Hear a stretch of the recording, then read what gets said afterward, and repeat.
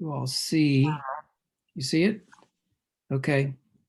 All right. So we'll give everybody just a minute or two to sign on.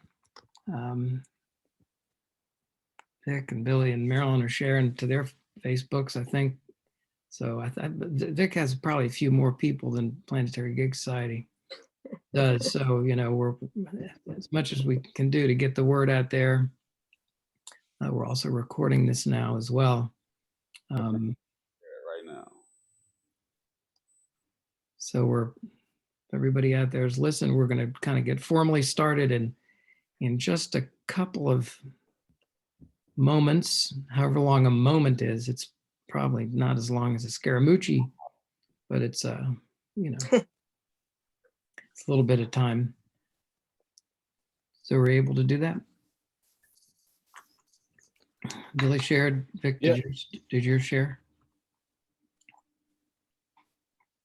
Yeah, I think so. It says it did. Okay. So how about then we'll get started. Welcome, everybody. Namaste. It's a beautiful day. Jefferson Glassie here, Chief Spiritual Dude of the Planetary Gigs Society, whose mission is creating unity through music, or as I like to say, making connections through music with the intention of bringing peace.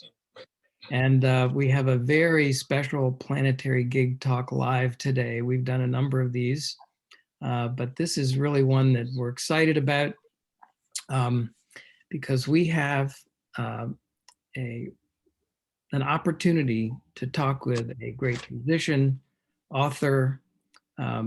He wrote The Music Lesson, such an inspirational book. And The Spirit of Music came out this year along with the audiobook. And just really so happy to have the opportunity to talk with Victor L. Wooten about the book. Victor, thank you so much for joining us. Thank you, Jefferson. Always great to be with you. Likewise, that's for sure. So normally on these Planetary Gig Talk Lives, we have conversations about, the power of music, many different things. We've talked about race and music. We've talked about Ho'oponopono and music. We've talked about music ashrams. That will remember that. And normally I'm sort of the convener and I ask some questions and moderate a bit. But this time I realized I don't have all the questions that I think people may want to ask or find out answers to from Vic. So recently, I never met Billy Presnell in live person, but we have been geeking out a little bit about the Nada Brahma book, The World is Sound, and he's a really smart young dude. I can say that because I'm old, and he told me when the Spirit of Music book first went on Audible, and I after we kind of were keeping in touch, and I said, man, I got some questions I really would like to ask, and Billy said, me too. So I thought, man, Billy can help ask some questions and be part of this conversation. So excited, Billy, that you're joining us today. Thank you. Yeah, thank you for having me, Jefferson, and thank you, Vic, for doing what you do, man. One of my favorite musicians right here. And oh man, said Billy Presnell. Yeah, and then so I'm just sitting there thinking, boy, it would be great to have some of the divine feminine energy for this conversation. And lo and behold, I look on Facebook and Marilyn Quinsaat had just posted, I got the Spirit of Music book and the audiobook, and I checked it out. And I also got this other book on water, which has similar concepts. And I'm like, whoa, okay, that's a coincidence. Or there are no coincidences. And so I asked Marilyn if she would join us to be part of this conversation. And thank you so much for getting up early, if that's what you do, from the West Coast to join us today. Thank you, Marilyn. Oh, thanks, Jeff. And I don't know how much divinity you're going to get from me, but we'll see. It was interesting. One day I opened the mail and I got two books that I had ordered at the same time. Vic's book, and then a book that had a children's book that had become a Caldecott winner, that We Are Water Protectors. And it had the distinction of being written by two Indigenous women. And the illustrator was the first in American Indian um, illustrator to win a Caldecott medal. So I thought that was really interesting. And then, as you said, when I read the book, I thought, wait a minute, there are like striking themes that are similar. And it is absolutely no coincidence. So thanks for inviting me. Yeah, thanks. And want to hear more about that maybe. So if you don't mind, I'd like to start off because I've really been thinking about this a lot. I can't get away from wanting to ask Vic about this. So Vic, you were very kind. About 3 years ago at Wooten Woods, I went to Music Nature Camp and I interviewed you for the podcast. And one of the things I really wanted to hear after, really, having read the book is what were your sort of the spiritual sources that you had, or the books that you had read, or what have you, that helped provide the foundation for the book, The Music Lesson. And you mentioned A Course in Miracles, Conversations with God by Neale Donald Walsh, Illusions, The Adventures of a Reluctant Messiah by, yeah. And I thought, wow, this is so great and sort of affirming in a way. And you wrote the book the music lesson in 2006 or 7 it was put out. I think my version came out, I think 2007. I think so, maybe even. And then another company put it out in 2008. And so, and then you, I know you started on the next book after that, and then you put it away for a while, and then you came back.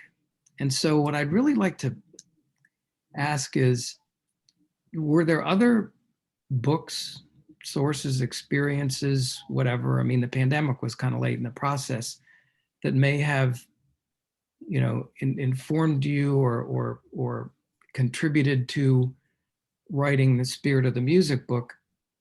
Was your perspective about prior to the music lesson changed, evolved? In what ways as you wrote and put out the music lesson?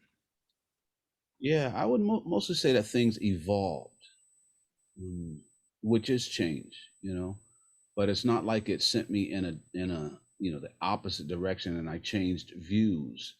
I don't know that I did much of that. Of course, in some places we always change views, but I expanded on a bunch of things, a bunch of thoughts. For the most part, with the books plural, I just knew I had more to say. The first book, The Music Lesson, introduces the fact that music is sick, but it doesn't go into it much. So I knew back then I can't leave people there with that. I've got to go further into that, and that's pretty much the premise of this second book, The Spirit of Music, is music is sick, and what can we do about it? But another very important book and group of books that even sparked the music lesson was Tom Brown Jr.'s books. Tom Brown Jr., a great naturalist, and I was lucky enough to get to study with him over a span of 10 years. But his first book, The Tracker, really, really changed my life, and it changed even more when I went and started studying with him at his classes. It makes it sound like it was a private thing. I just took classes from him, with a bunch of other people. But if you realize that book and Illusions, and even Conversations with God, it's kind of like a teacher and a student, what the premise is. And I really like that format. And it was those books that kind of showed me the way to write what I wanted to write. Well, no, let me change that. It showed me a way to write what I didn't want to write, because I didn't want to write a book. People, after I started doing camps and doing workshops and clinics, I was basically sharing my idea of music being broken into 10 equal parts. That, all of you have heard and seen all this stuff over multiple times. But at the time, you got to think about the early 90s. mid 90s, no, yeah, maybe mid 90s, when I'm starting to teach a lot and I'm sharing these ideas. And then in 2000, I started camp. And that's my first lesson at every camp, is break music into 10 equal parts. And it was different for people. And people were saying, you got to write a book. And I felt people were asking for an instruction book, a Wooten method, which I didn't want any part of. I don't want anything I have to defend. But when I read those books, that's what's kind of sparked the idea that, hey, just write a story, put the lessons in there, but people don't have to find them if they don't want to. They can just enjoy the story, like any movie. Every movie's teaching something. You don't have to learn that. You can just enjoy the the pyrotechnics in Star Wars or whatever. I want to write a book that you can just enjoy the story if you want, but the people that want to go deeper can. And the spirit of music does that in a deeper way than the music lesson does. The spirit of music, if you've been to the Spirit of Music camp, you get some of my analogies, you get some of my things when I'm talking about a marker and a path and things like that. If you've been to any of my camps, you'll get some deeper things than if you haven't been. And I like that, so that the book can be hopefully read on layers. And so when people come to a camp, they'll go, oh, and it'll point them back towards the book. And then the people who have been to camp, hopefully the book will even take them further and things like that. I don't know if that answered the question, but yeah. I mean, in evolution, were there things that you that may have changed in your perspective at all, or with the Spirit of Music book, or Jefferson, I would say the biggest thing is I've become bolder, especially at the passing of my mom, who would say whatever she felt needed to be said. Mom would say, I'm not saying this because you're going to like it. I'm saying it because you need to hear it. And I realized that my view is just one of billions of views on the planet. Why not voice it? Why be afraid of that? So I think I've been a little bit more bolder, and this book is written with the intention of poking people a little, making you think, maybe making you uneasy, where the music lesson was more about feeling good about it. Oh, I can do this. This one, I want you to question. I want you to tell me that I'm wrong. I want you to, because as the book says, questions are where it's at, where we're all looking for answers, where I have been taught, I guess, to look for more questions, right? Because questions keep going, where an answer a lot of times will end the quest. That's what a quest is, questions, right? So I've become more bolder. Of course, I've grown, hopefully in more better ways than bad ways, but both. But I would say the main thing is bolder. Of course, every day we learn new information, of course. So that's kind of the given. But I'm less afraid, I guess, to share it, which is what the whole Spirit of Music camp was about. I pulled back on sharing things, and a lot of students said, hey, where'd that go? So I said, okay, let's just do a camp where we agree that we can talk about anything. And that camp has allowed me to open up a little bit more in the way that my mom always was. Yeah, she seems like a very special person. So Marilyn, you've been to a bunch of camps. You've read the books. Have any questions or thoughts?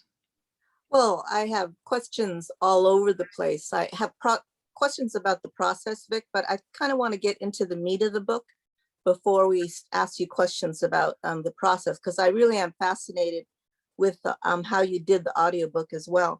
But some questions I have about the process are almost sort of reflective in nature. Like, did you have any thoughts afterwards, after you wrote the book, about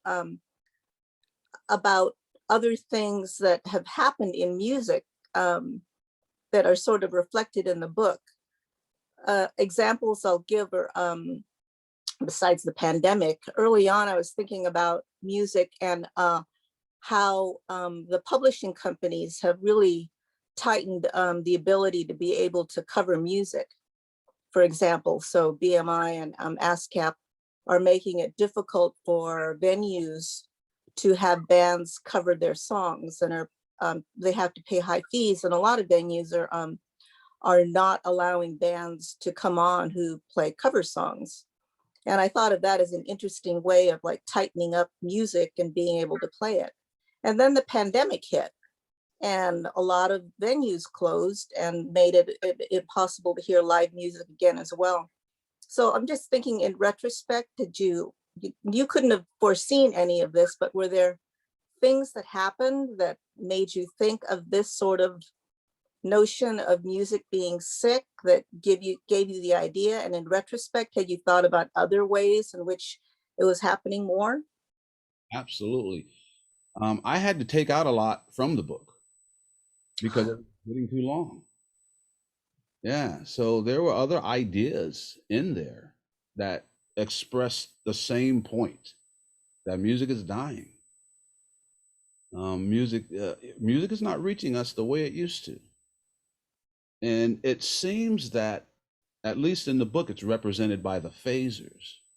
Mhm. In real life, there has to be decisions being made, like the things you just said, making it harder for bands to play. What, a cover band can't go and play covers? Forever we've been doing that. So now we're going to make it hard? You know, someone's making decisions, and whether they're being made on purpose or not, it's hard to believe it can't be on, that it's not on purpose to make things difficult. But not all decisions are. Sometimes we just get steered in a direction and we don't even realize the decisions we're making. But it's been pointing towards this direction for so long, Marilyn. I'm just lucky enough to have been in the music business from a child, and to have been on stage in it, not looking at it from the outside, in it, in a recording studio at 5, you know, and with Curtis Mayfield, just been able to be in it. So I've been able to see a lot of changes over the years, as well as having open-minded, wise parents and brothers. So I've been able to see these changes. And when something starts rolling, especially something as big as the music industry, which is like a train, you can see where it's going. Mhm. Right? Even if it's going to stop, if a train stops automatically, there's some people hurt on the train. Right? So this thing, to stop it, it can't be boom, because a lot of people will get hurt like a train. So it has to be done the right way. But it's not difficult to see the way it's going by looking at where it's been, from where it's been to where it is right now. And I outline a lot of that in the first chapter of the book, where I do the analogy from 12 inches down to a quarter of an inch where we are now. Right? So it's not difficult in my mind anyway to see where it's headed. And throughout the book, I talk about the value and the significance of Nashville, Tennessee. And I took a lot of that out. I took a lot out because I don't want to,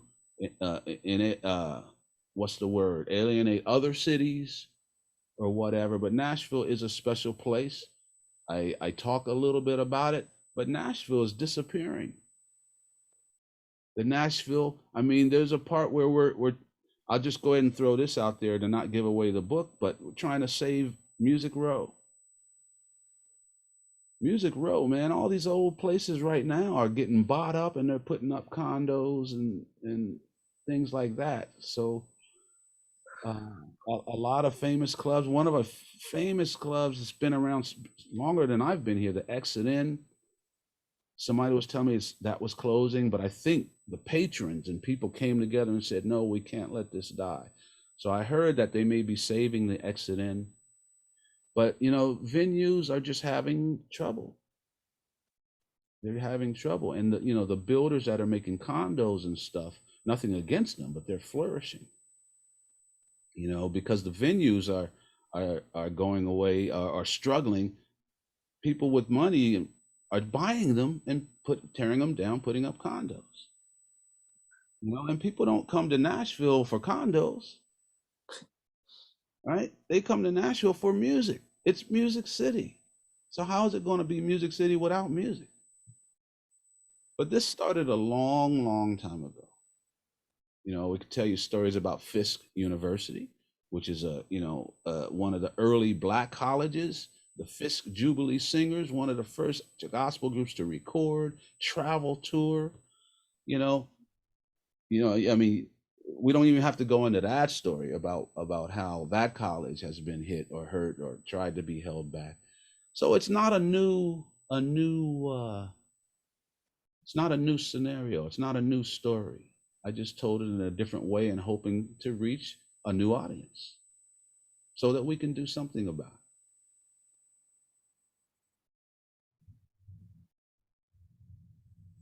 I hope that makes any sense at all. Just a follow-up question. Did you have an initial experience or idea come up that gave you the idea about the phasers?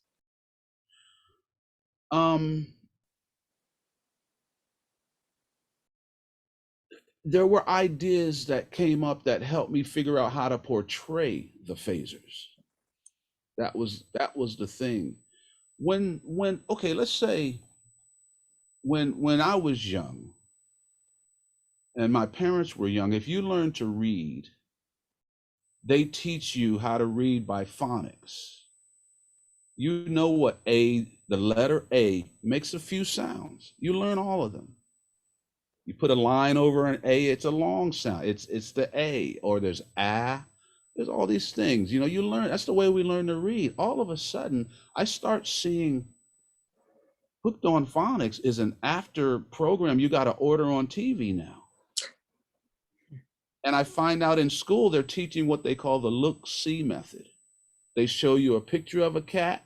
They show you the word cat. You learn to recognize cat. And you by the word, but you put a B in front of the A and the T, the child doesn't know it's bat. Who's making that decision? Someone's making that decision. So it started many, many years ago, and I can't say that I'm clever. I'm a product of thinkers. You know my brothers. But my parents are poor. They were poor growing up in the 30s and 40s. Heavy racism time. When I was born, my mom couldn't vote. So they have to know how to think to be alive. The less you have, the more you have to have, right? So they're thinkers also. So I'm a product of that. So it got me thinking, wait a minute, this makes zero sense. There has to be somebody, they, are making this decision. Someone's making this decision. Are they doing it with ill intentions? I can't say that. Is it a not smart decision? I can say it's not the smart way to teach it. So I saw it in music, or I still see it in music, but it's in a lot of different parts of life. Think about it.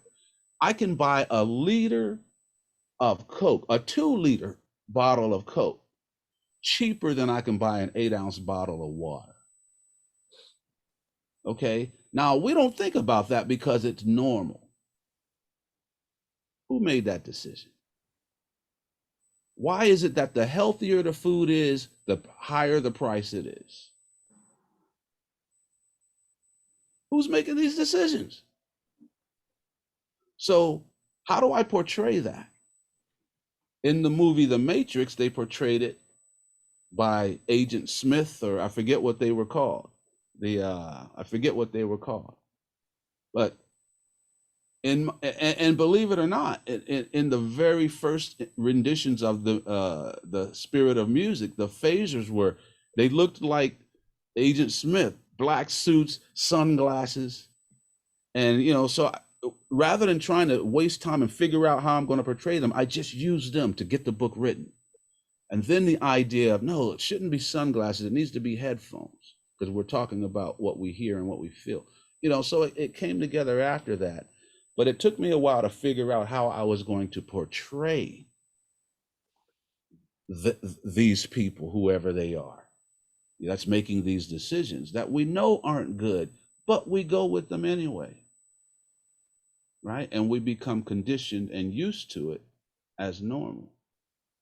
When there's nothing normal, that a bottle of Coke is a big bottle of Coke is easier to get and than water. And the fact that I got to buy water in the first place, when the whole planet is more water than solid, and then I got to buy it.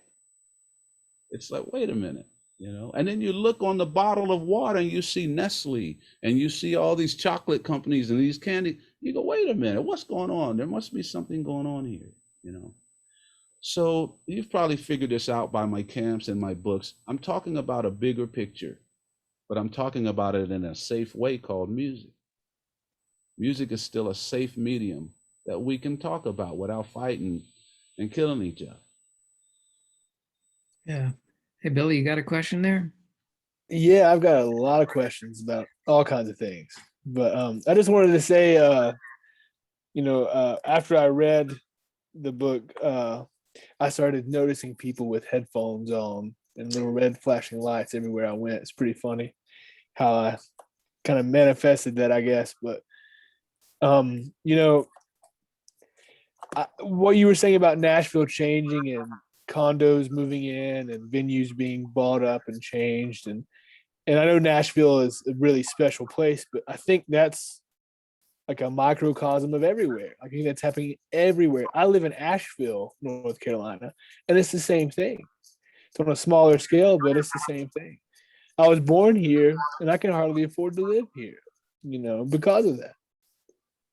And I think that you do a good job of addressing a lot of these things in the book as a musical problem, right? Because that's also a microcosm of it too.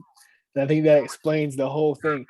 And really, I just have a bunch of observations about having gone to so many camps. And I feel like reading this book and reading the first book is like living the camp. Like it's like living parts of the camp. Like I hear your brothers in this book. I hear Roy and Joe like crazy, and Reggie too. There was one part in particular I'm like, man, that's Reggie. That's totally Reggie. Yeah. And I guess my initial question was going to be, how much of the things that happen at the camps influence this sequel? Like I know of one thing in particular that I know happened involving a giraffe. I wasn't there, but I heard about it. Yeah, me too. Get a big kick out of that. Yeah, that was great. Yeah. But to answer that question very quickly and simply, most of it comes from experiences at the camp. The camp is my laboratory. It's where I get to experiment. Especially, well, no, I was going to say especially at Spirit Camp, but any camp. Billy, if we're sitting next to each other at a jam session, we're jamming till midnight every night at camp. But if you and I are sitting next to each other watching or whatever, we're talking about different things than the people who haven't been to camp. Oh, yeah. If you've been to camp a few times, we're having a conversation that these people aren't a part of. And we're just saying, hey, listen to what this guy's doing. Or watch what happens when I say this to this person. Or where is that person looking? Watch when I ask that person to look up. Listen to the sound. We're having these other conversations. And in many cases, I'm not 100% sure of what I'm talking about. I'm experimenting. But I know it's a safe place. If it doesn't happen, doesn't work, big deal. No, it's like not nobody's going to die. We're not at war, So I'm experimenting, but I get to experiment every camp. You guys come a few times a year, maybe. I'm there at every camp, right? And my experimenting started before I started at the camp. So this is my playground. So then I get ideas, I get stories, and I'm a note taker.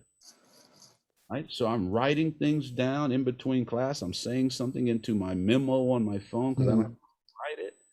These ideas come back. They show up on my record. They show up in the books. But then there's experiences outside of camp also. But then there's also a lot of experience that just pop into my head and my heart because I'm writing. Right? The characters just and I've heard it say, and I've heard authors say that the characters start writing their own lines. And that seems weird, but I'm sure you've been in music where it seemed like music was writing its own part. Your banjo, whatever, was just Mhm. you're following or whatever. It's true. There are things that the book teaches me as I'm writing. I'm like, wow, I never thought about that before. Even like the one thing where it talks about one for all. And then it says WON, one for all. We've all won. Never thought of it that way until I was writing it. Which is why I urge everyone to write a book. Doesn't have to ever be published. No one ever has to see it. It's just like a diary. No one ever has to see it. But you access a different part of your whole being that comes out.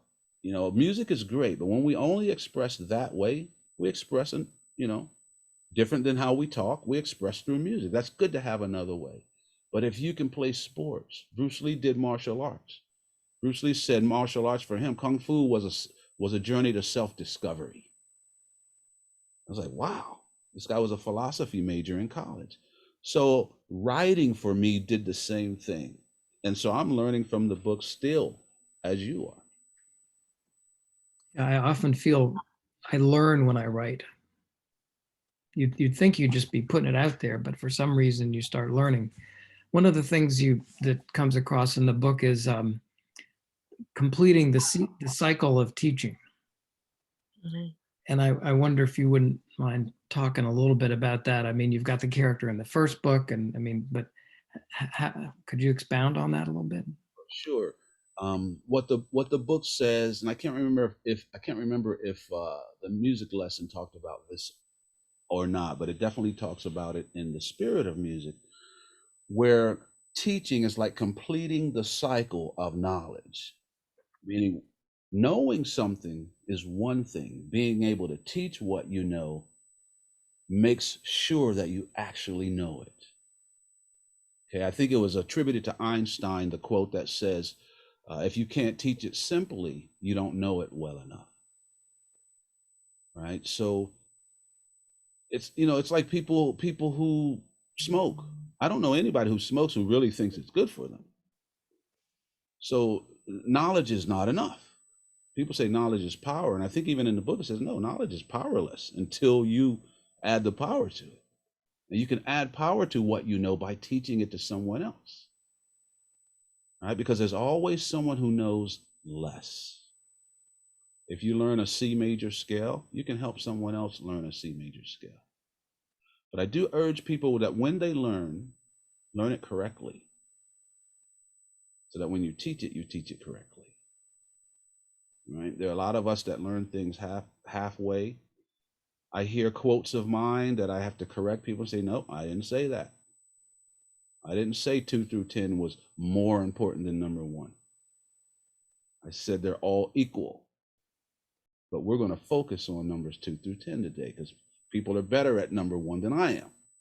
If you want to learn more about number 1, go to someone else. They're much better. If you want to learn 2 through 10, you're in the right place. Not because it's more important, but it does need more focus, So when you learn it accurately. And then what the book says is you learn it so well that it's no longer what someone else said. Right? When I learned something from Marilyn at camp or whatever, or even on these webinars, she's always dropping wisdom in the chat. Right? And I'm watching, I'm jotting down things that I need to make sure I remember. But I want to learn it so well that yes, I'm always inspired by Marilyn or anybody, Billy or you, Jefferson. But I want to learn it so well that it's no longer what you say. It's what I say. Right? The same way I'll learn a Jocko lick, but when I play it, it sounds like me. Yeah, I was inspired by Jocko, but now it's what I play. And to me, that's what knowledge is for.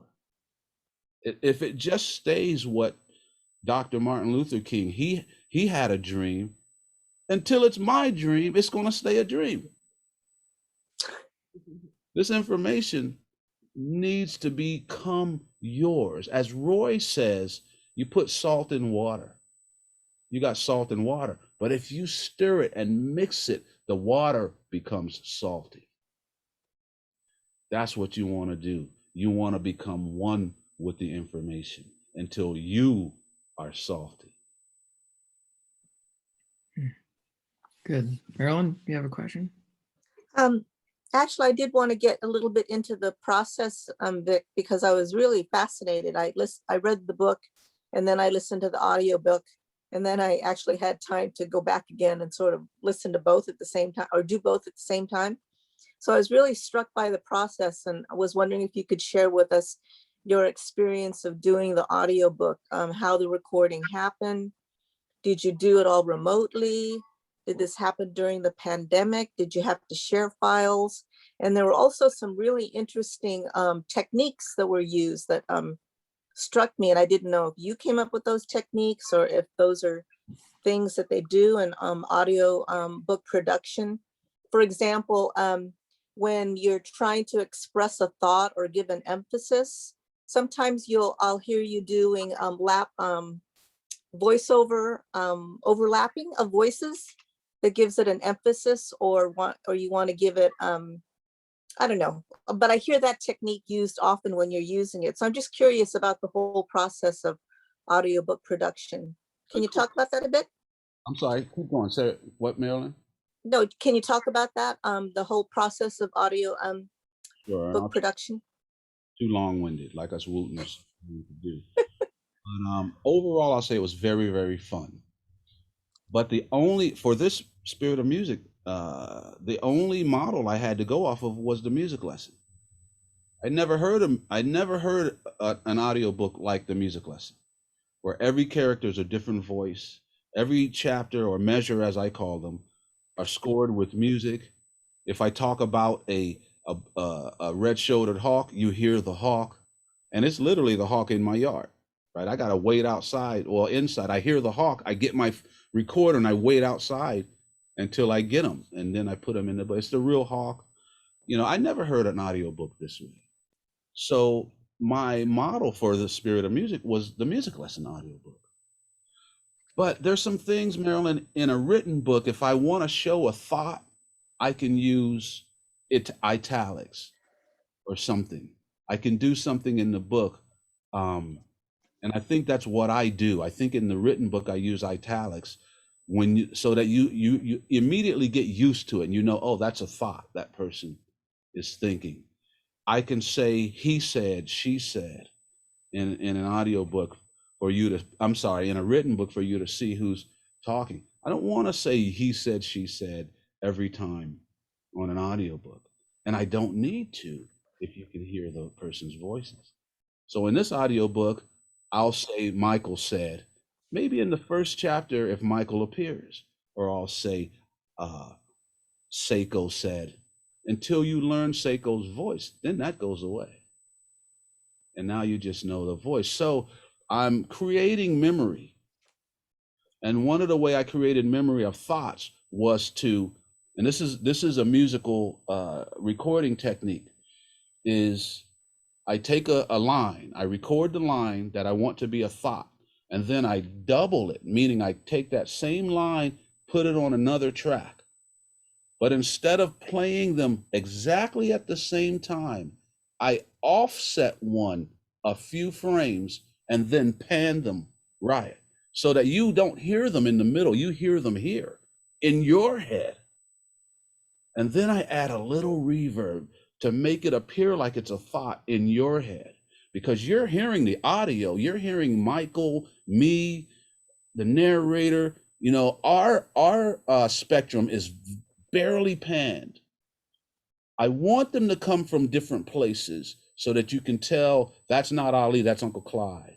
You can hear the different voices, but the voices are never total wide, but the thoughts are. So the thoughts are coming here in your head after hearing a voice here, and then you go boom. And unconsciously you realize after a while, that's a thought. you know. So I think I do.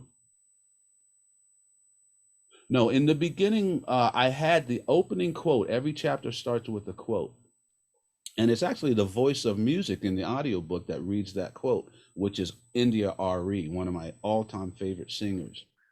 At first, I had the quote that starts the chapter. I'm sorry, let me back up. India RE reads the chapter title. You know, measure whatever, 12, one for all, or whatever. That's her. Then the quote comes in panned. In the beginning, I had India's voice that way. Actually, in the beginning, it was my voice until I had India. And I had it panned that way. And I realized, no, this isn't a thought. This is telling you what the title, this should be just straight, you know. So I played with different techniques and things like that. But that was one I used quite a bit to help you think of a thought, to hear it as a thought. And that's a great technique that you can use on a guitar or a vocal. I'll use it on vocals sometimes. Take the exact same track, but just offset it. But another thing that I did with this one, knowing that this was my first time really being under a deadline, we worked on the written book. I worked with the editor of the company, the president rather of the company, helping me finalize the written book. We finished that, I don't know, maybe in July or something of last year, possibly August. But then they wanted the audiobook to come out the same day as the written book, which was supposed to be October 15th. And I told them there's no way I can get this audiobook done this quickly. And they said, well, first they were saying, well, we'll just put out another audiobook. We'll hire someone to read it and then you can do it. I said, no. And I had it in my contract that the audiobook is up to me. It's it's gotta be done the way I want to do it, or else no written book either, no deal unless I can do it. Because it wouldn't make sense to have the music lesson done the way it is and then just have somebody read the spirit of music. I was like, nah. I said, but I can't get it done in time. It just so happened that they realized that the presidential election was like November 4th or something. They said, no, if we release in October, that's too close to the presidential election. We won't get any attention. Let's move it to February. I said, okay, I can get it done by then. Right? But I had some other things I had to get done first. I was supposed to do a concerto. That kept getting postponed, and now it's happening next month. So I didn't get to start right away. By the time I was able to start, we only had a few months left. And to try to bring this story to a quick end, because I love talking about it, one of the first things I did is I called Dave Welsh, my friend Dave Welsh. You all know Dave. Dave's a great musician, but he's also been doing movie scores now. And I said, Dave, I need your help.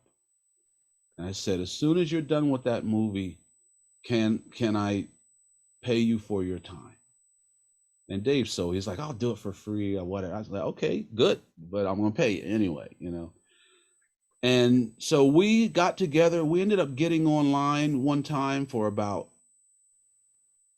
I don't know, 6 hours, 7 hours, just listening to every chapter, making notes, and starting with music we already had and knowing what we needed to write. But one of the things I told Dave, I said, Dave, everything we come up with is good. That's our approach. We don't do demos. Everything we do is good. If we go into it with that mentality, we'll prove ourselves to be right. It was unbelievable. It'd be worth talking to Dave about this. He will tell you how many times music came in and helped us. Literally helped us. I mean, we would, or something, well, I'll call it music. We would say, Dave, we need a piece of music here. What do you have?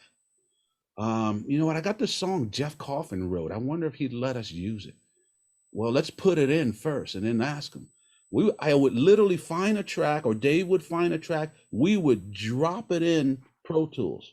Don't line it up, just drop it in. And it would be perfect. like, you know, banjo might be playing or whatever, and it would stop just as somebody said a word and then come back in.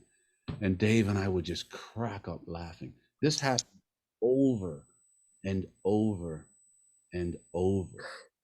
There's a place where India Ari sings as the voice of Isis in a music store. She, no, wait a minute. It's not the music store. It's when the phasers come to the house. Phasers come to the house. Isis stands up and starts singing. India Ari just sent me some stuff, and I just dropped it in. Didn't move it at all. It was so perfect. So perfect. She sent me about 5 tracks of just her just messing around. I ended up using them all. And I ended up taking the guitar track that Eric Silver sent and doubling it. So we could keep hearing India Ari sing. And so if you listen closely, you'll be able to hear where I repeated the guitar. And my friend Eric, I said, I just need you to improvise something sweet on the guitar. Perfect. Jake Shimabukuru on the ukulele. Jake, ukulele somewhere. Can you just improvise something? It can't be something I have to get sync rights for. Will you improvise something? When they're in the music store, Michael picks up a ukulele, and that's Jake. Yeah. Is that the most perfect piece of music? He hadn't heard anything. Yep. He didn't It's know. beautiful. I thought that was him, and it was perfect. So music helped us, even though there were still a few sleepless nights, literally, where I would stay up for, you know, a couple of days without going to bed, right here in this room. And the only people that were recorded here in the studio was, of course, myself and Seiko, which is Jeff Coffin's wife, Leoko. And Jeff Coffin has 2 sentences also as a saxophone player. So they came over because, you know, it was heavy COVID. We weren't letting anybody in our house. But Jeff, Leoko, I trust them. You know, we sat right here in the studio and got that done. I drove to Chuck Rainey's house to Texas and sat in his kitchen and recorded him for Uncle Clyde. And I just did an overnight trip, 10 hours there, record him. I did a webinar from his kitchen and drove right back. I also drove 10 hours to my aunt's house, my mom's baby sister, to record her as the voice of my mom. And I drove to North Carolina to record Sifu, Kung Fu teacher, for his parts. Everything else was sent to me by the people. Isis is in the Czech Republic. All she has is a cell phone. So she would sit in her bathroom and say every line 3 to 5 times and email it to me. And I would have to go through every line. Sometimes I'd hear noise, so I'd have to piece it together. But that's how that happened. Everything else was virtual. Brandon, Jonathan, Michael, everything was virtual. And piecing it together, yeah, it was a lot. It's amazing. You know, I read the book and then I got the audiobook, and this goes along with what some people say, that you learn more through hearing than from sight. And listening to the book was a whole different level of sort of understanding and you know, receiving. It was really fabulous. Billy, you had something? Oh no, I was just nodding my head. I urge everyone to listen to it, even if you've read it, because it's a different experience. Yeah. I really urge you to listen to it because it's fun. And in most cases, you are hearing the people who inspired those characters. Right? I mean, Chuck Rainey is my Uncle Clyde. You know, and it wasn't until I was writing The Spirit of Music that it hit me that he should have been called Uncle Chuck. It's what his name should have been, but that hit me too late. I couldn't change it in the second book. But Chuck even told me, he called me up after recording the second book. He just called me up to tell me how much he resonates with that character. He just said, you know what, I am Uncle Clyde. And I said, Chuck, I know. That's why I wrote the character, because it's you, you know. He's so smart. A lot of people don't even get to hear all the stuff that comes out of Chuck. And you know, he's just a great person. But there's some places in the audiobook where I either forgot to record a person's line and couldn't get it, or the line they gave me was messed up and I couldn't use it. There's a couple of places where I say, and Michael told me to do this or whatever, because I didn't have his voice and it was too late for me to go get it. There's a line from Ali, who was a person who works in public safety at Berkeley from Kenya, friend of mine. I just love this guy. He does the voice. I found out there were a few lines of his that I didn't have. So I contacted him on WhatsApp. I said, Ali, can we get on the phone? I need 2 lines from you. He says, well, I'm in Kenya. He says, well, I said, well, maybe we can get on Zoom sometime. And he says, well, I don't have good internet, but and he texts me, he says, are you free right now? I said, yeah. So it's late at night. I don't know what time it was for him. We get on Zoom, and literally over Zoom, I just put record on, and I recorded a couple lines. I think I recorded 3 lines, and 2 of them I was able to use. The third one, I just had to improvise something for the book. But there are a few places where I deviate from the written transcript just because I had to. So fascinating. So speaking of Uncle Clyde, at one point he says something about, you know, there's only one music, like there's, you know, only one air, there's only one ocean. And when you connect with music, you can connect with other people who feel music the same way. Can you expound on that a bit? Sure. Imagine going to a country that you don't speak the language, but you see someone who's sad. Do you have to know their language to feel that? Or you see some injustice, or you see a person that just you fall in love with right away. And I don't have to mean romantically, I want to marry this person. I just mean you feel the love. That's not language. I mean, it is language, but it doesn't have to be verbal. You don't have to know anything about that person to connect with them, right? Because there's a deeper part of you that is the same. So how far can that go? If it can travel from across the room, can it travel further? Can it travel further than your eyesight? Any parent knows the answer is yes. Right? You connect with your kids in ways that not even the father can. Not like the mom, you know? But my mom used to connect with us kids so much. That's one of the reasons I think we grew up so good and honest. Because mom would know if we did anything wrong, and we tested it.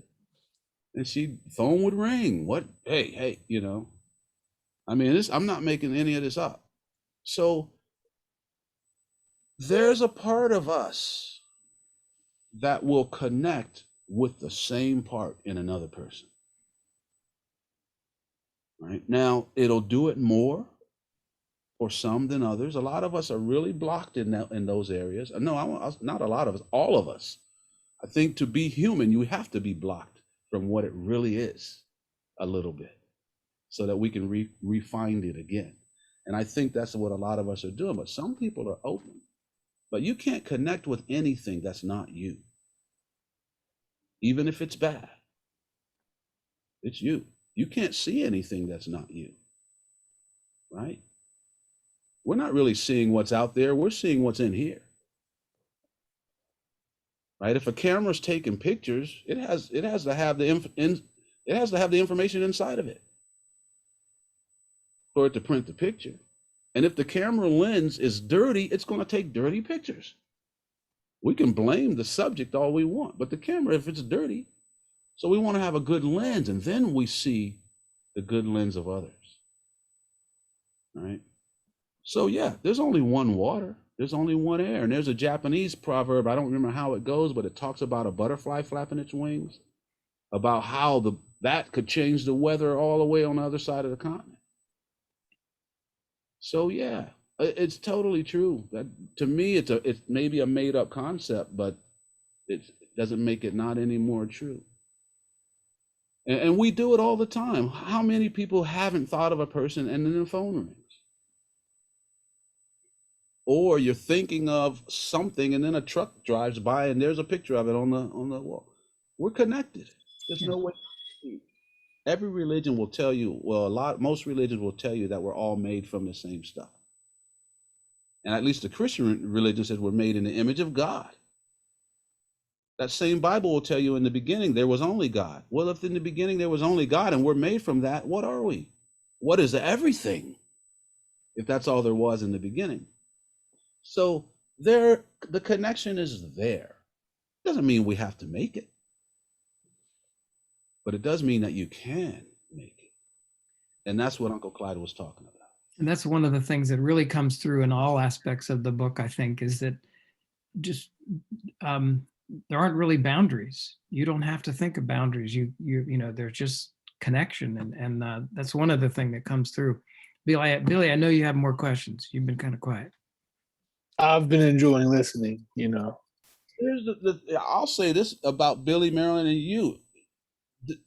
I'm putting this stuff maybe in new ways, but you three are connecting to this stuff already.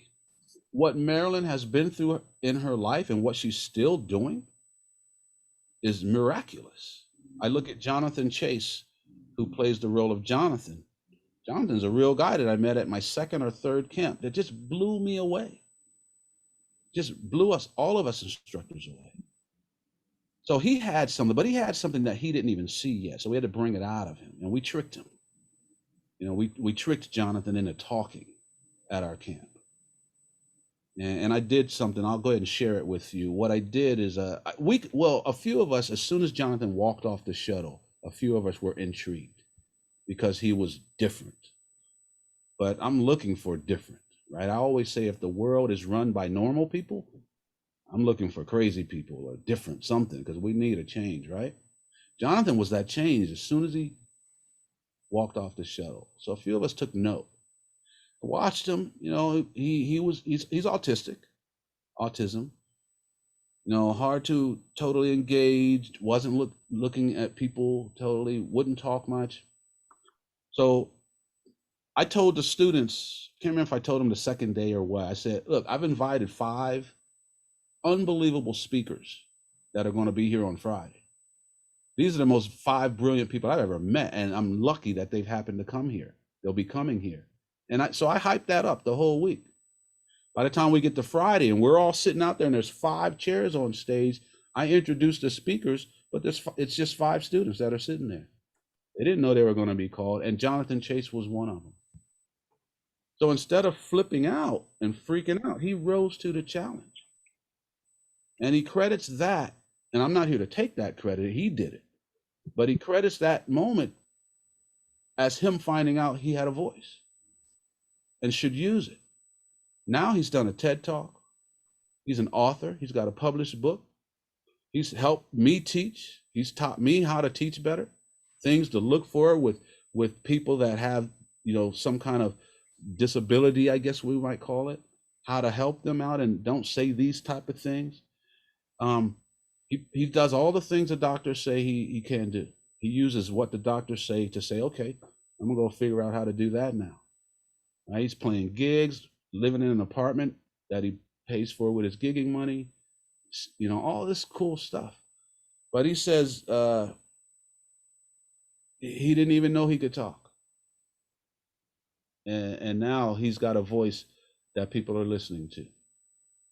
And we all have that. But to me, that's what teaching is about. A lot of us think teaching is about putting my information into you. For me, it's about finding what you have and enhancing that.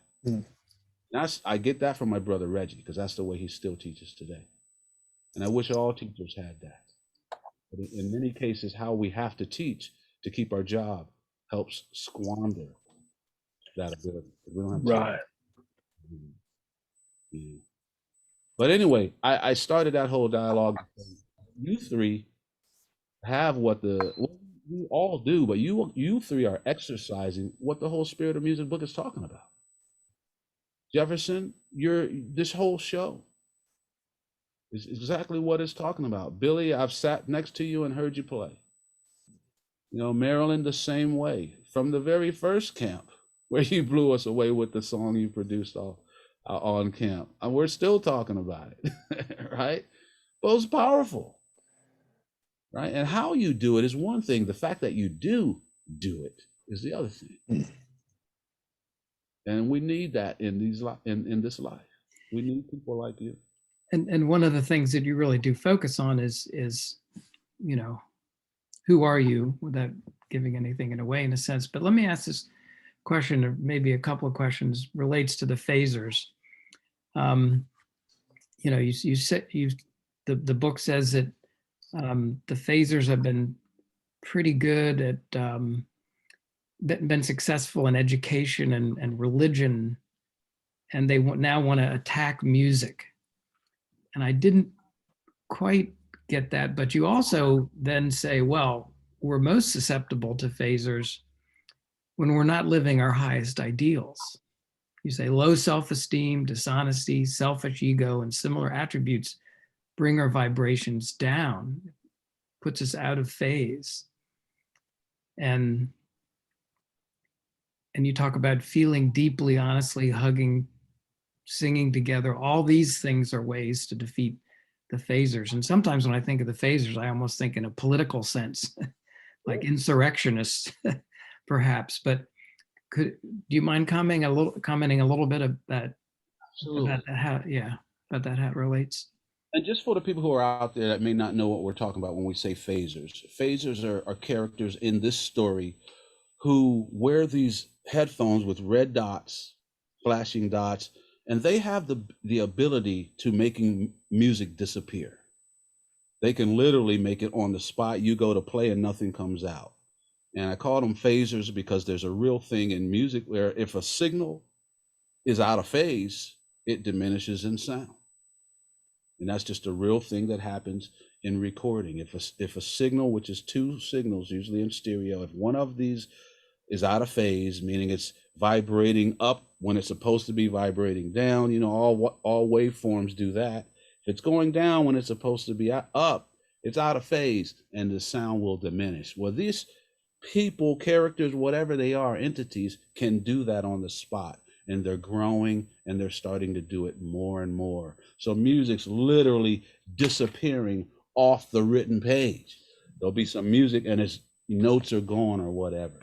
So yeah, you know, I'm making it all up, but that can be attributed to anything. It could be attributed to politics, to sports, to music, or whatever.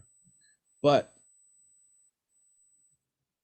if I were to ask you, name something in life, like an activity, whether it's sports or wedding, music, concert, or whatever, that brings people together, strangers, with the purpose, it's an unconscious purpose of getting along, opening up my whole being to whoever's in front of me, the main person I'm there to see. I've already pre-opened up everything to them. My goal is to agree with them, to root for that person, to cheer for that person, and celebrate with you who I don't know, right beside you. What in life does that other than music, right? We'll have to think hard. And like I've said it before in the first book, we might say, well, sports, half the audience is against you. You pick a side. Say it again. You pick a side. Yeah. You can't even sit wearing the wrong team's jersey with the other side, right? Sports is designed, think about it, it's designed for there to be a loser. It's designed that way, not music, right? In sports, I'm coming to be against you. Before I leave the house, I put on my colors, right? Music, we prepare to be together. The whole purpose is to be together. So when I'm standing there, I don't care who you voted for. I don't care who you pray to. I don't care if you're gay. I'm not thinking about that. Even if I had a bad day at work, I'm putting that aside. Right? I'm here to agree with this. And then Billy plays something amazing, and I turn to the guy next to me and I high five him. I don't even know this person. Right? Religion, close, but you got to believe the same thing I believe before you can come through the door. Plus, you got to give me your money. You know? So there are things that do it in a certain way, but I can't come up with one thing that does it at the power and the height of that, the way music does it. Right? So wouldn't music be a great place if you wanted to diminish a power or diminish souls of people? Right? What do you celebrate at its highest? What do you celebrate in life without music? You get married, there's music. Right? Most cases you have a funeral, there's music. You sing happy birthday. Right. Yeah. So wouldn't that be a great thing to try to get rid of if it were possible? And is it possible? That's the question I asked in the first chapter. Is it possible? Well, I think you do a good job of like really making all of that like a macrocosm of life through music. Like it represents all those things, interpersonal problems, socioeconomic problems, spiritual problems as well. And for me personally, like going to your camps was the first time I was able to experience like a lot of really powerful spirituality and logic at the same time, and it be able to coexist and really work together in a uniform way, like in a united way. And I think that's what you get at with these books, in particular in tandem. Like I listened to the music lesson before I read The Spirit of Music again, just to get a refresher. And back to back, they're so powerful together because it's like you open the door and then you ask more questions with the sequel. And I feel like that's what you're really getting at, is to ask questions in a powerful way, you know, whether it changes anything or not, just to be aware and the awareness of everything that's going on. You know, like I told you, after I read this book, I started seeing people with headphones on everywhere I went. And I'm wearing headphones right now, you know, and it's just getting your awareness open, you know. Yeah, yeah. And I try to be careful not to say that these things are bad or good, or, you know, like I talk about pitch correction, auto tune. I talk about compression, limiting. I talk about a lot of technology that I use. Right? Nothing is bad in and of itself. It has to be used or approached or appeared. It's about how it's used. I don't know if that's the right word. The balance, I would say. Thank you. It's the balance. Absolutely. It's the balance of it. So what I see in music right now, and that's why in the first chapter, when I'm talking about this, I'm asking questions. I'm raising points, and you can probably tell my intention, but I'm asking questions. The thing is, what I see in music more and more these days, let me go back a minute. When I was young, I was born in 64. So in the 60s, 70s, if you were musically famous, it was because of one thing. You were good. That was it. Aretha Franklin didn't have to take off her clothes, right? Elvis didn't have to dye his hair orange, right? They were just good. That was it. Nowadays, you don't have to be good. We have enough technology. All right. So when the technology starts to outweigh the person, now I'm going to ask questions. Is this a good thing or not? When a company outweighs its good to the people they service. In other words, if I'm selling something and making a lot of money, but I know it's not good for you, but I'm making money, should I keep selling it? Right? And that's what's happening these days. We're selling things that may not be so good for us. Now, pitch correction, auto tune, quantizing, used the right way, I think is fabulous. Fabulous. Sometimes I'll play a note in a passage, and that whole passage is perfect. But it would be better if that note was a little bit sharper because it's flat. I might go in and pitch that. But I played that line. Well, and if you look at music medicinally, like if it's a healing thing and like a medicine, it doesn't take much for medicine to become poisonous. You know, it really don't. That was an example I took out. Yeah. There's too many people are on, you know, I wanted to rub people wrong a little, but not too much. But medicine is the perfect example. And look what's happening to it. The more important the medicine, the harder it is to get. There are people on life, they can't even live if they don't have this drug. So it costs thousands of dollars, right? What's the number one weed we're told to eradicate? Dandelion. Yeah. And now you all know the truth about dandelion. So who's making these decisions? I call them phasers.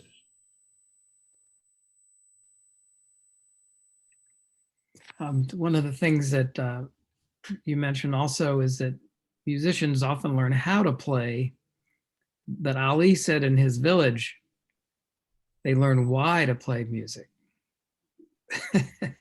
So why do we play, Victor? What That's individual. That's totally individual. For me, it's just another way to express myself that I don't have to explain. If I'm feeling funky today, all you got to do is do this. I don't have to explain it. Right? But in language, every word has to be understood. Right? And the understanding of one word can change the whole meaning.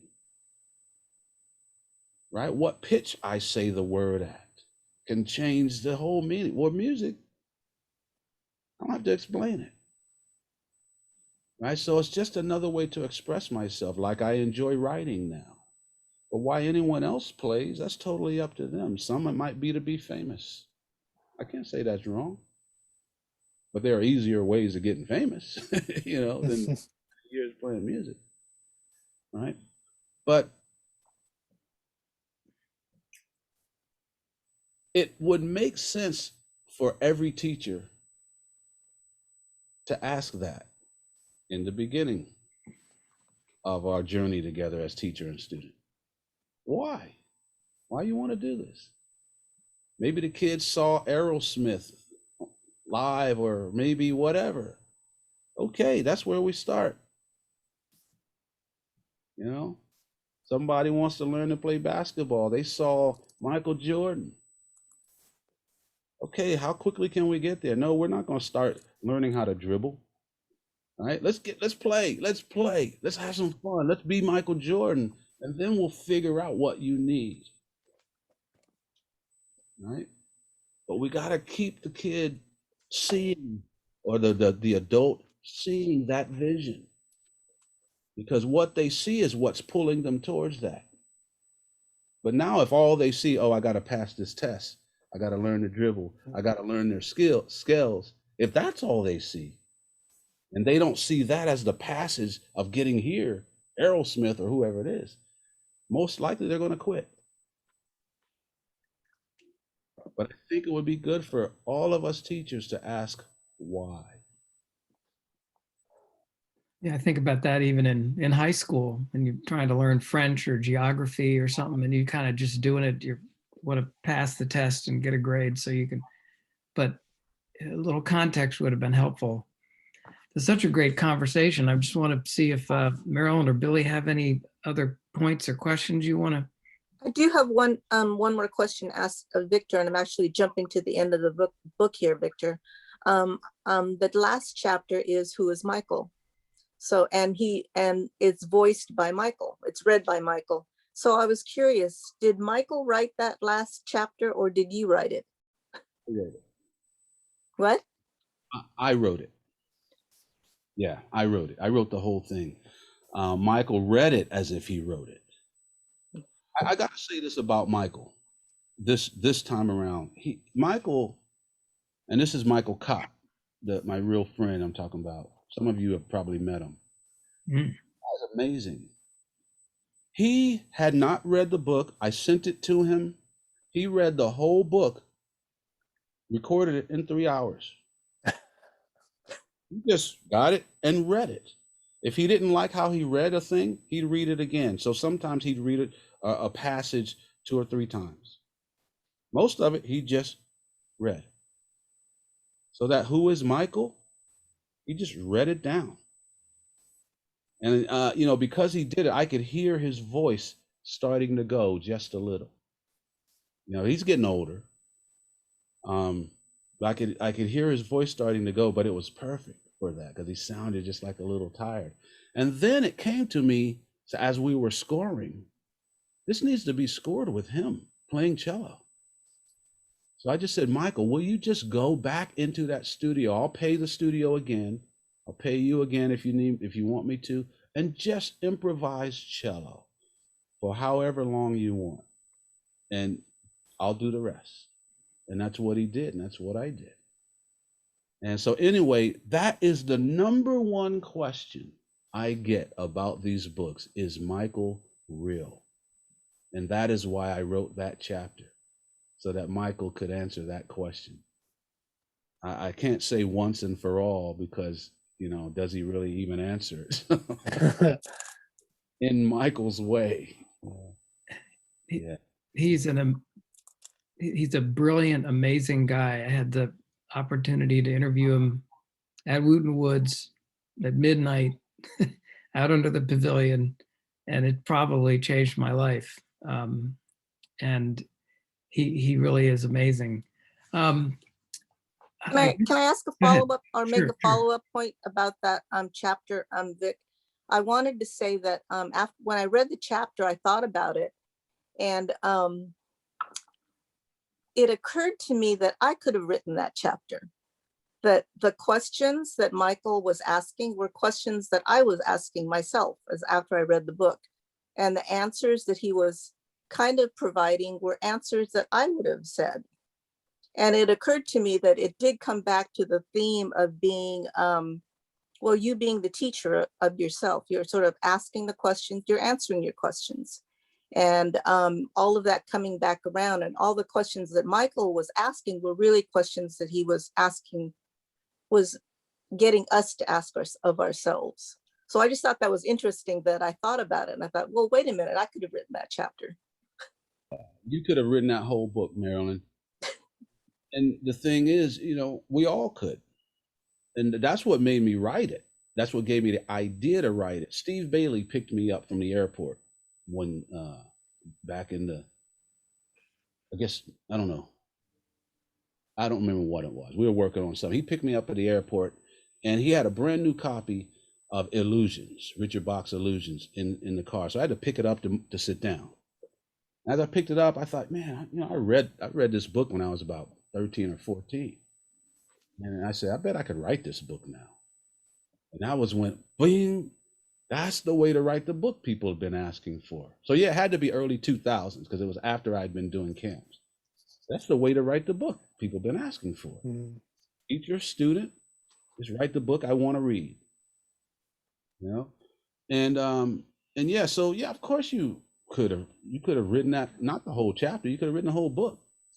Because even if you didn't know, like I didn't know the ending of the book until I was writing. It hit me, and I went excitedly to Holly, my wife, and said, Holly, I finally know how the book's going to end.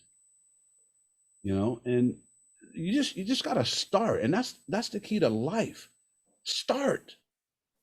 That's all it takes. Start. Now, if you have good intentions, even better. But the key is to start. We've all got good ideas. Start them. Right? I didn't have the ending of the book. I don't even know how many chapters I had. I had started writing this book in 2011. I started writing, and I wrote a bunch, but I wasn't feeling it. It felt forced. So I'm like, I'm under no deadline, put it away. I started back again in 2017. And I started by reading what I had written in 2011 and went, whoa, I forced that out, but it's good. This is kind of cool. So I changed some things. I changed the dark glasses, the headphones, rearranged some things and finished the book. But the key is just to start. And that's to me, the key to anything. And here's the thing. This was in the first book. If you start and don't stop, you will be successful. It is that simple, which makes it that difficult. Right? But that's the key to success and failure. Right? If you start and stop, you will fail. But a failure is not always a failure. Right? But if you start and keep going, you will be successful. Point blank. Yeah, failure is not the same as defeat, which was one of my favorite quotes in the book.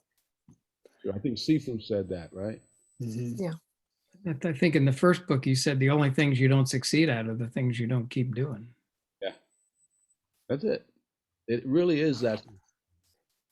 And there are so many good one-liners in this book that are just great quotes. I mean, they really are. Like the birds don't sing for money. I love that one. And I'm losing it now.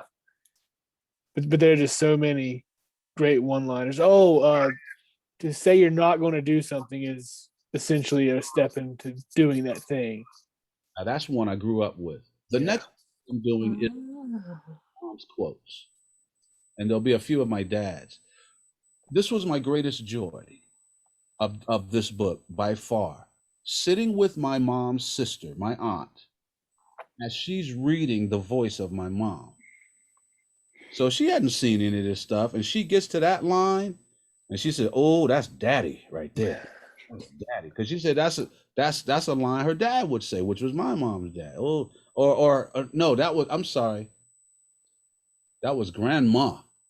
Daddy had another saying, and that's in the book. That was their mom. But she would, and I would just keep the recorder going. But she would reminisce. Once she read the line, she'd reminisce of instances where that line came up and, grandma saying it and all this kind of stuff. But that was one I heard my mom say all the time. And now, as an adult, I can explain why it's true. And the line is never say what you're not going to do, because that is your first step towards doing it.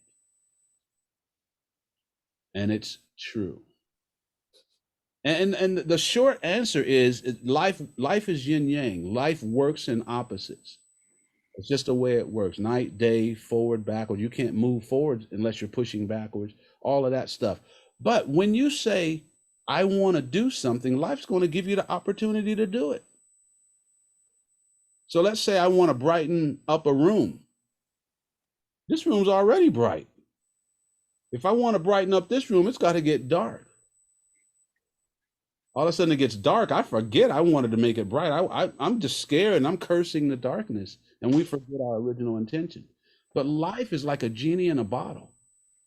And I found this out as a teenager when my brother, my sister-in-law, whenever I would say, okay, I'm going to fast today, I'm not going to eat, guaranteed I'd get a phone call from my sister-in-law. I said, Victor, I made eggplant parmesan today. Like, man, and I would break down and go eat eggplant parmesan and not fast.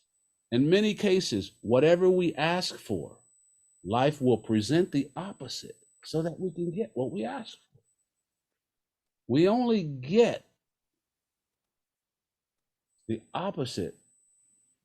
Getting is, how do you say it? How do I say it? I'm trying to explain it again and you already understand it. Life answers usually what appears to be the opposite of what you're asking for, but it's so that you can create what it is you want. If you want to be good, you need a bad situation to be good in. You want to be the bright light, you need a dark situation to be good in.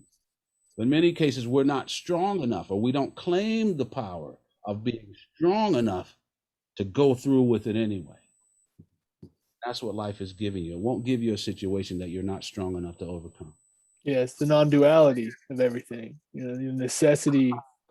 You know, you lack definition if you don't have an opposite. You know, That's it. Mm-hmm. And they've even done studies to show that, where they've depraved people, and they've seen it with people in jail cells and things like that. But they've done some studies where they're able to take away your perception of like who you are or what's up and down or whatever. And they find, yeah, we just lose our sanity. I saw a great thing on, I heard a great story of this guy who was basically was a prisoner of war. And he was talking about torture. And he asked the moderator, he said, would you rather get a razor blade to your genitals, or would you rather be forced to listen to Barney sing "I Love You," for 2 weeks? And the guy said, Barney, of course. And the prisoner said, well, I knew you were going to say that, but you're wrong. He said, pain comes and goes. He said, but when you hear this, because this is what they would get tortured with, this kind of stuff. One was a Nothing Against the Band. One was a Chili Peppers song. He said they just played at excruciatingly loud volumes nonstop for weeks at a time. They said you lose who you are. You lose equilibrium, here, now, there, then. Right? We define who we are when there's an opposite. And if all there is loud music, they said it was torture, more torture than getting a razor blade. Unbelievable.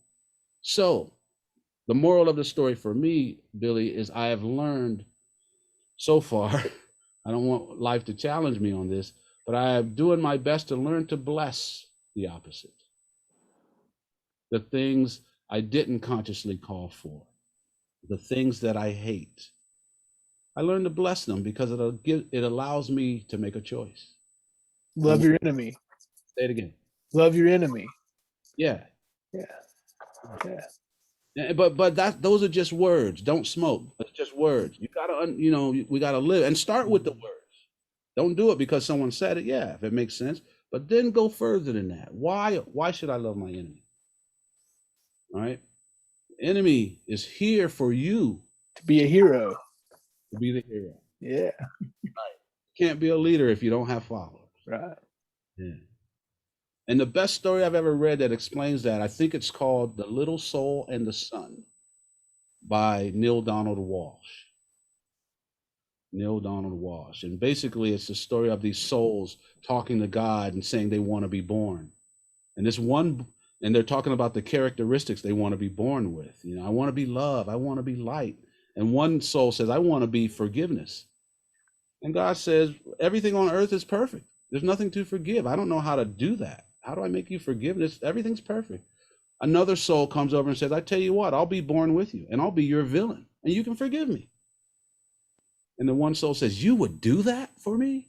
He says, yeah, I love you that much. But for me to do that, I'll have to forget who I really am. So I need you to remember. Because if you forget and I forget, I'll have to forget. But if you forget, then God will have to send someone else down to remind us both. That's powerful.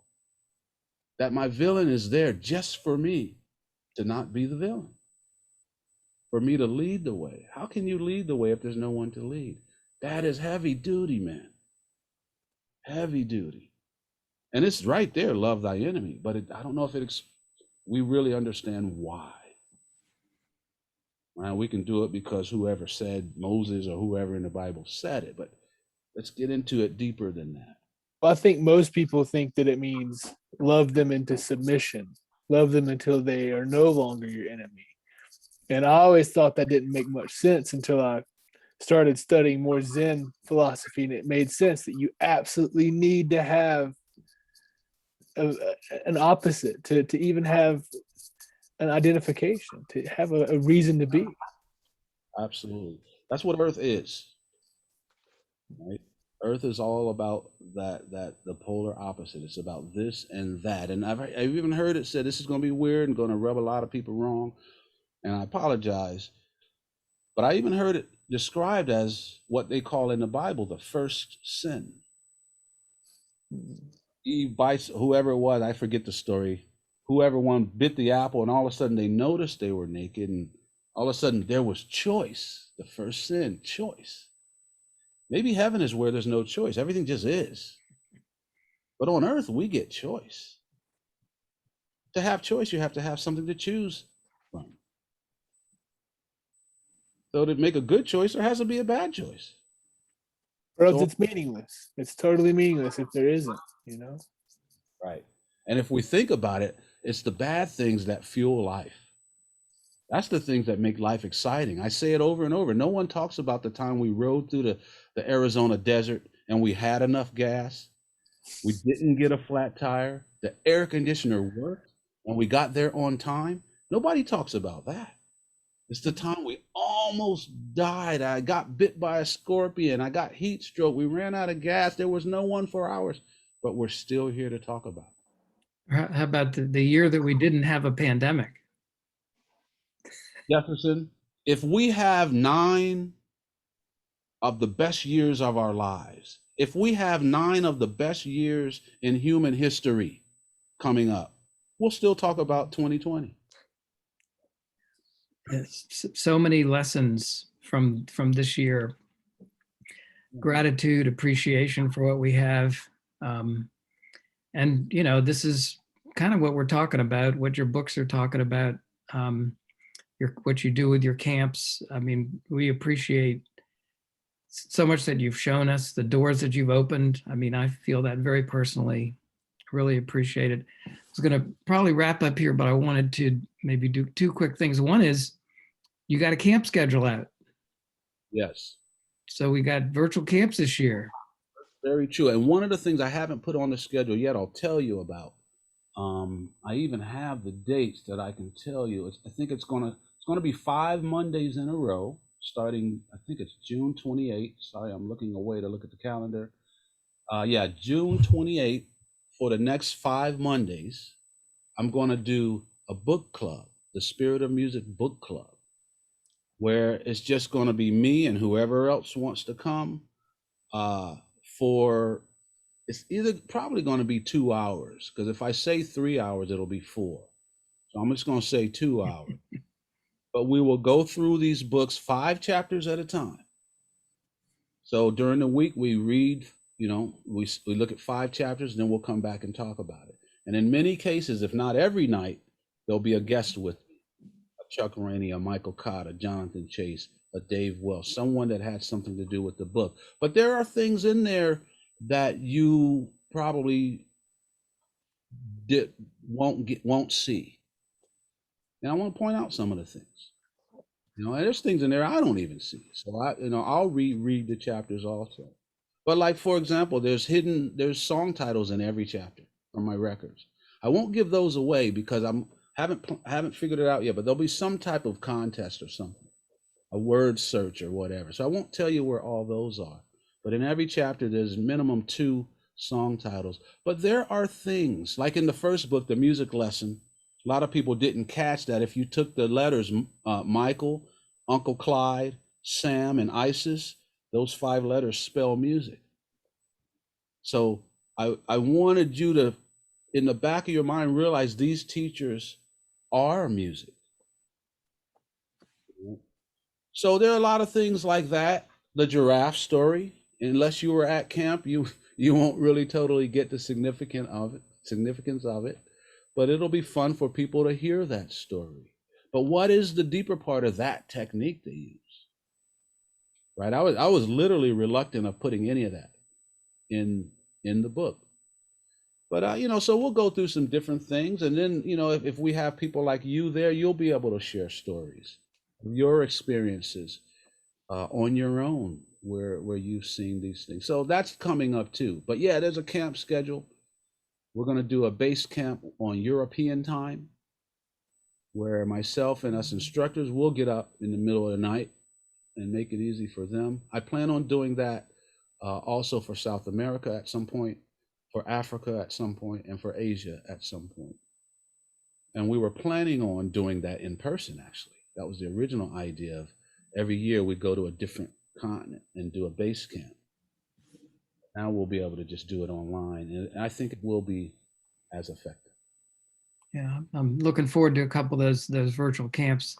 Let me just also take the opportunity to put in a teeny bit of a plug. You know, we're doing some things here with Planetary Gig Society. Next week, Planetary Gig Talk Live, Ho'oponopono and Music Part 4, Ho'oponopono, Music and Quantum Theory with Roy Future Man Wooten, Matthew Dixon, who is they call him the Guitar Monk, and he plays with Joe Vitale, who wrote the book Zero Limits, which sort of brought Ho'oponopono out. Then the week after that, we're doing another Concert for Democracy. This will be our 9th one because democracy is not assured. And as Joseph Wooten says, music needs democracy and democracy needs music. So we're going to keep doing those. And actually next week we have a Planetary Music Project. We do a virtual visit to the Devi Music Ashram in India. And I say this so that hopefully people will check that out. But more importantly, these are things that everybody can do. You know, Vic asks, who are you in the book? And I would say part of that is, what do you want to do too? Maybe that helps show who you are. Or maybe once you figure out who you are, you know what you want to do. But anybody, there's so many opportunities to write a book like Vic has done, the audiobook, the podcasts, you know, virtual visits to musical communities and friends around the world, concerts for democracy.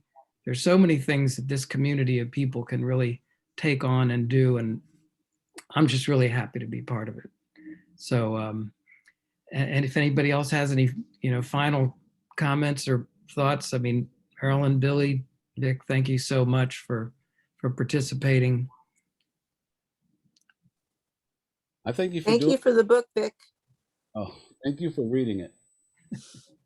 Yeah, everybody has a story to tell. I mean, you don't have to write it, but that is a beautiful way to do it. But Jefferson and, you know, Billy and Marilyn, thank you all for being who you are. I've just enjoyed our friendships. The camp brought us together. But it's us that's keeping us together, and I really love that.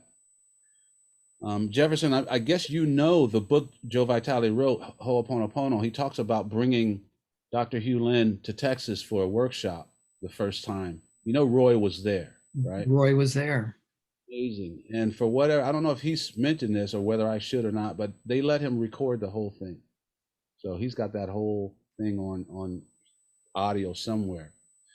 But a lot of the times we don't know who we are. And I think that is what has caused a lot of grief in this pandemic for people, is because we thought we were musicians, right? But that's what I do. Playing music is what I do. And all of a sudden, when I couldn't play music, I had to know who I am. Fortunately, and this is not to brag, I just thank my brothers and my parents for this, I knew who I am. And I like that I love that person. So I was happy to put the bass down. Because my kids don't need a bass player. They need a father. My wife needs a husband. And that's the part that I haven't been exercising enough. You know, I've been traveling every month of my kids' lives. Now I've been home over a year, getting to sit down at the dinner table. So you can find out who you are by what you do, and vice versa. What I suggest people to do, if they want to know who you are, get out and do things. Just do stuff. Join Habitat for Humanity and work on a house. Get in a friend's raft and raft down a river. Learn an instrument, right? If you loved trigonometry, do some equations. But in many cases, when you do stuff, because we're human, we are here to do things. You don't have to. You can sit on your couch for your lifetime, but the urge is to get out and do. But what ends up happening to people over and over, they do something and they find out that's my calling. I never knew it until I did it. That's my calling. You know, I mean, I heard a story just yesterday about a person who was wrongly convicted and spent quite a few years in prison. And he just kind of got smart and ended up solving his own case for the most part and had to get lawyers. When he got out, he became a lawyer. He said, this is my calling. So in many cases, it may take bad things to find out who you really are, right?